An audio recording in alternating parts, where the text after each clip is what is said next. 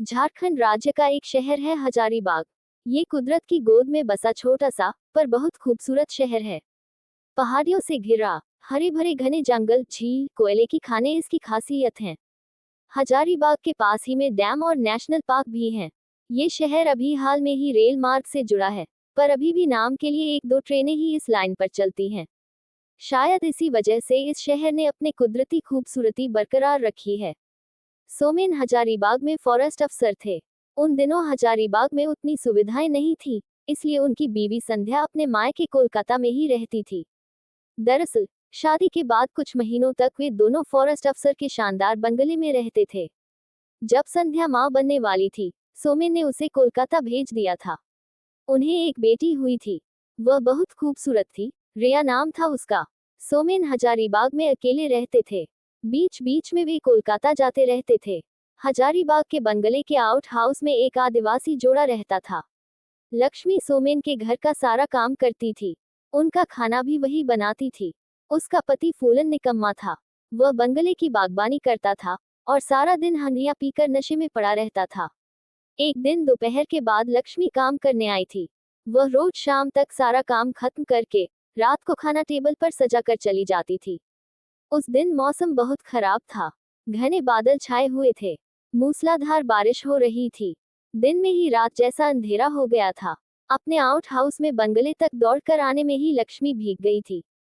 सोमेन ने दरवाजा खोला। उसकी गीली साड़ी और ब्लाउज के अंदर से उसके सुडौल उभार साफ दिख रहे थे। सोमेन ने लक्ष्मी को एक पुराना तौलिया देकर बदन सुखाने को कहा, फिर उसे बेडरूम में ही चाय लाने को कहा। बिजली तो गुल थी। उन्होंने लैंप जला रखा था। थोड़ी देर में लक्ष्मी चाय लेकर आई।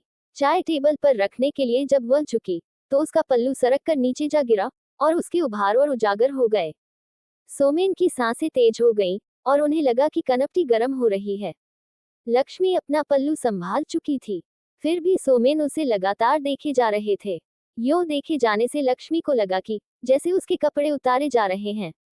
इतने में सोमेन की ताकतवर बाजुओं ने उसकी कमर को अपनी गिरफ्त में लेते हुए अपनी ओर खींचा। लक्ष्मी भी रोमांचित हो उठी। उसे मरियल पियक्कड़ पति से ऐसा मजा नहीं मिला था। उसने कोई विरोध नहीं किया और दोनों एक दूसरे में खो गए। इस घटना के कुछ महीने बाद सोमेन ने अपनी पत्नी और बेटी रिया को रांची बुला लिया। हजारीबाग से रांची अपनी गाड़ी से 2-2.5 घंटे में पहुंच जाते हैं। सोमेन ने उनके लिए रांची में एक फ्लैट ले रखा था। उनके प्रमोशन की बात चल रही थी। प्रमोशन के बाद उनका ट्रांसफर रांची भी हो सकता है, ऐसा संकेत उन्हें डिपार्टमेंट से मिल चुका था। इधर लक्ष्मी भी पेट से हो गई थी। इसके पहले उसे कोई औलाद न थी। लक्ष्मी को एक बेटा हुआ। नाकनक्श से तो साधारण ही था, पर रंग उसका गोरा था। आमतौर पर आदिवासियों के बच्चे ऐसे नहीं होते हैं। अभी तक सोमेन हजारीबाग में ही थे। वे मन ही मन ये सोचते थे कि कहीं ये बेटा उन्हीं का तो नहीं है। उन्हें पता था कि लक्ष्मी की शादी हुए 6 साल हो चुके थे, पर वह पहली बार मां बनी थी। सोमेन को तकरीबन 1.5 साल बाद प्रमोशन और ट्रांसफर ऑर्डर मिला। तब तक लक्ष्मी का बेटा गोपाल भी 1.5 साल का हो चुका था। हजारीबाग से जाने के पहले लक्ष्मी ने सोमेन से अकेले में कहा, बाबूजी, आपसे एक बात कहना चाहती हूँ। हाँ, कहो, सोमेन ने कहा। गोपाल आपका ही खून है। सोमेन बोले, ये तो मैं यकीनी तौर पर नहीं मान सकता हूँ। जो भी हो, पर तुम मुझसे चाहती क्या हो? बाबूजी, मैं बेटे की कसम खाकर कहती हूँ, गोपाल आपका ही खून है। ठीक है, बोलो, तुम कहना क्या चाहती हो? ज्यादा कुछ नहीं, बस ये भी पढ़ लिख कर अच्छा इंसान बने। मैं किसी से कुछ नहीं बोलूंगी। आप इतना भरोसा तो मुझ पर कर सकते हैं, लक्ष्मी बोली। ठीक है, तुम लोगों के बच्चों का तो हर जगह आसानी से रिजर्वेशन कोटे में दाखिला हो ही जाता है। फिर भी मुझसे कोई मदद चाहिए तो बोलना। इसके बाद सोमेन रांची चले गए। समय बीतता गया। सोमेन की बेटी रिया 10वीं पास कर आगे की पढ़ाई के लिए दिल्ली चली गई थी। बीच बीच में इंस्पेक्शन के लिए सोमेन को हजारीबाग जाना पड़ता था। वे वहीं आकर बंगले में ठहरते थे। लक्ष्मी भी उनसे मिला करती थी। उसने सोमेन से कहा था कि गोपाल भी 10वीं क्लास के बाद दिल्ली के अच्छे स्कूल और कॉलेज में पढ़ना चाहता है। उसे कुछ माली मदद की जरूरत पड़ सकती है। सोमेन ने उसे मदद करने का भरोसा दिलाया था। गोपाल अब बड़ा हो गया था। वे उसे देखकर खुश हुए। शक्ल तो मां की थी, पर रंग गोरा था। छरहरे बदन का साधारण पर आकर्षक लड़का था। उसके नंबर भी अच्छे आते थे। रिया के दिल्ली जाने के 1 साल बाद गोपाल ने भी दिल्ली के उसी स्कूल में दाखिला ले लिया। सोमेन ने गोपाल की 12वीं जमात तक की पढ़ाई के लिए रुपए उसके बैंक में जमा करवा दिए थे। रिया गोपाल से 1 साल सीनियर थी, पर एक राज्य का होने के चलते दोनों में परिचय हो गया। छुट्टियों में ट्रेन में अक्सर आना जाना साथ ही होता था। गोपाल और रिया दोनों का इरादा डॉक्टर बनने का था। रिया ने 12वीं के बाद कुछ मेडिकल कॉलेज के लिए अलग अलग टेस्ट दिए, पर वह कहीं भी पास नहीं हो सकी थी। तब उसने 1 साल कोचिंग लेकर अगले साल मेडिकल टेस्ट देने की सोची। वहीं दिल्ली के अच्छे कोचिंग इंस्टीट्यूट में कोचिंग शुरू की। अगले साल गोपाल और रिया दोनों ने मेडिकल कॉलेज में दाखिले के लिए टेस्ट दिए। इस बार दोनों को कामयाबी मिली थी। गोपाल के नंबर कुछ कम थे, पर रिजर्वेशन कोटे में तो उसका दाखिला होना तय था। गोपाल और रिया दोनों ने BHU मेडिकल कॉलेज में दाखिला लिया। सोमेन गोपाल की पढ़ाई का भी खर्च उठा रहे थे। अब दोनों की क्लास भी साथ होती थी। आपस में मिलना जुलना भी ज्यादा हो गया था। छुट्टियों में भी साथ ही घर आते थे। वहां से शेयर टैक्सी से हजारीबाग जाना आसान था। हजारीबाग के लिए कोई अलग ट्रेन नहीं थी। जब कभी सोमेन रिया को लेने रांची स्टेशन जाते थे, तो वे गोपाल को भी बिठा लेते थे। और अगर सोमेन को ऑफिशियल टूर में हजारीबाग जाना पड़ता था, तो गोपाल को वे साथ ले जाते थे। इस तरह समय बीतता गया और गोपाल व रिया अब काफी नजदीक आ गए थे। वे एक दूसरे से प्यार करने लगे थे। गोपाल और रिया दोनों असलियत से अनजान थे। दोनों के माता पिता भी उनकी प्रेम कहानी से वाकिफ नहीं थे। उन्होंने पढ़ाई के बाद अपना घर बसाने का सपना देख रखा था। 4.5 साल बाद दोनों ने अपनी MBBS पूरी कर ली। आगे उसी कॉलेज में दोनों ने 1 साल की इंटर्नशिप भी पूरी की। रिया काफी समझदार थी। उसकी शादी के लिए रिश्ते आने लगे, पर उसने मना कर दिया और कहा कि अभी वह डॉक्टरी में पोस्ट ग्रेजुएशन करेगी। लक्ष्मी कुछ दिनों से बीमार चल रही थी। इसी बीच सोमेन भी हजारीबाग में थे। उसने सोमेन से कहा, बाबूजी, मेरा अब कोई ठिकाना नहीं है। आप गोपाल का ख्याल रखेंगे? सोमेन ने समझाते हुए कहा, अब गोपाल समझदार डॉक्टर बन चुका है। वह अपने पैरों पर खड़ा है। फिर भी उसे मेरी जरूरत हुई तो मैं जरूर मदद करूंगा। कुछ दिनों बाद ही लक्ष्मी की मौत हो गई। गोपाल और रिया दोनों ने मेडिकल में पोस्ट ग्रेजुएशन का इम्तिहान दिया था। वे तो BHU में PG करना चाहते थे, पर वहां उन्हें सीट नहीं मिली। दोनों को रांची मेडिकल कॉलेज आना पड़ा। उनमें प्रेम तो जरूर था, पर दोनों में से किसी ने भी मर्यादा का उल्लंघन नहीं किया था। दोनों ने तय किया कि जब तक उनकी शादी नहीं होती, इस प्यार को प्यार ही रहने दिया जाए। रिया की मां संध्या ने एक दिन उससे कहा, तुम्हारे लिए अच्छे अच्छे घरों से रिश्ते आ रहे हैं। तुम पोस्ट ग्रेजुएशन करते हुए भी शादी कर सकती हो। बहुत से लड़के लड़कियां ऐसा करते हैं। रिया बोली, करते होंगे, पर मैं नहीं करूंगी। मुझसे बिना पूछे शादी की बात भी मत चलाना। क्यों? तुझे कोई लड़का पसंद है तो बोल ना। हाँ, ऐसा ही समझो। पर अभी हम दोनों पढ़ाई पर पूरा ध्यान दे रहे हैं। शादी की जल्दी किसी को भी नहीं है। पापा को भी बता देना। संध्या ने कोई जवाब नहीं दिया। इसी बीच एक बार सोमेन के दोस्त ने उन्हें खबर दी कि उसने रिया और गोपाल को एक साथ सिनेमाघर से निकलते देखा है। इसके कुछ ही दिनों बाद संध्या के रिश्ते के एक भाई ने बताया कि उसने गोपाल और रिया को रेस्टोरेंट में लंच करते देखा है। सोमेन ने अपनी पत्नी संध्या से कहा, रिया और गोपाल दोनों को कई बार सिनेमाघर या होटल में साथ देखा गया है। उसे समझाओ कि उसके लिए अच्छे घरों से रिश्ते आ रहे हैं। सिर्फ उसके हाँ कहने की देरी है। संध्या बोली, रिया ने मुझे बताया था कि वह गोपाल से प्यार करती है। सोमेन चौंक पड़े और बोले, क्या?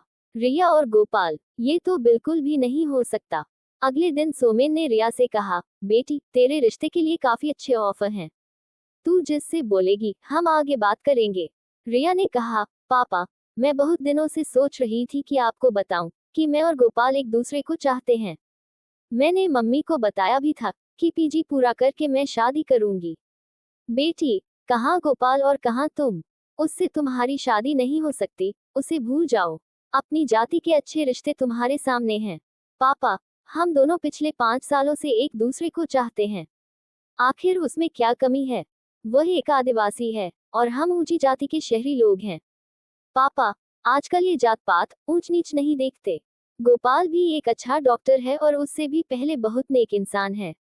सोमेन ने गरज कर कहा, मैं बार बार तुम्हें मना कर रहा हूँ, तुम समझती क्यों नहीं हो?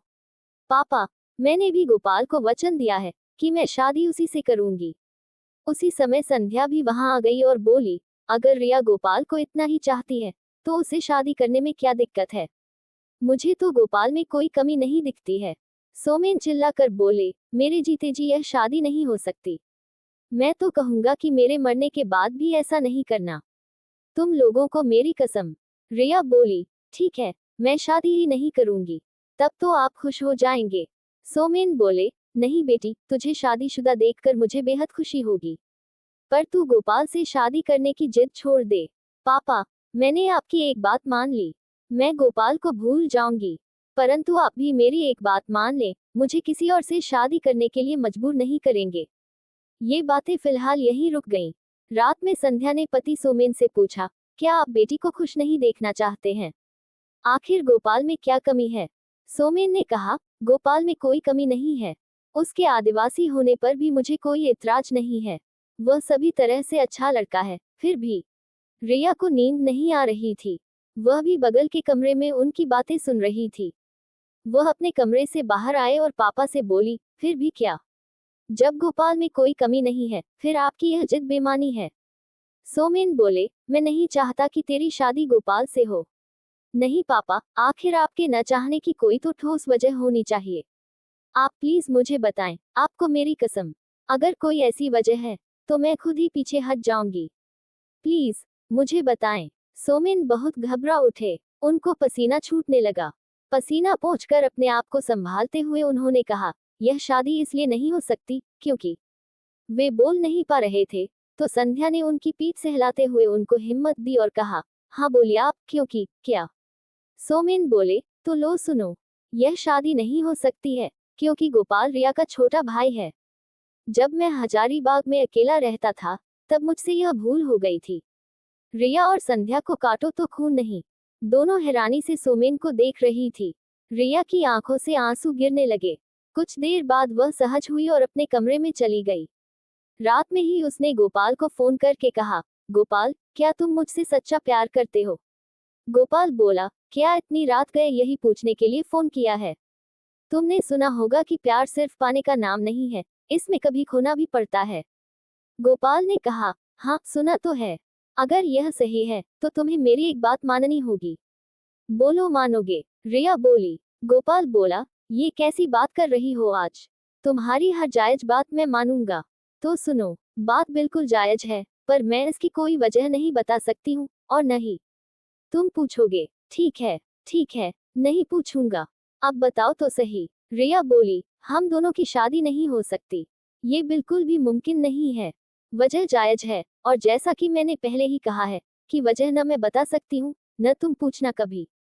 गोपाल ने पूछा, तो क्या हमारा प्यार झूठा था? रिया बोली, प्यार सच्चा है, पर याद करो, हमने तय किया था कि शादी नहीं होने तक हमारा प्यार अधूरा प्यार रहेगा। बस यही समझ लो। अब तुम कहीं भी शादी कर लो, पर मेरा तुम्हारा साथ बना रहेगा, और तुम चाहोगे भी तो भी मैं कभी भी तुम्हारे घर आ धमकूंगी। इतना कहकर रिया ने फोन रख दिया।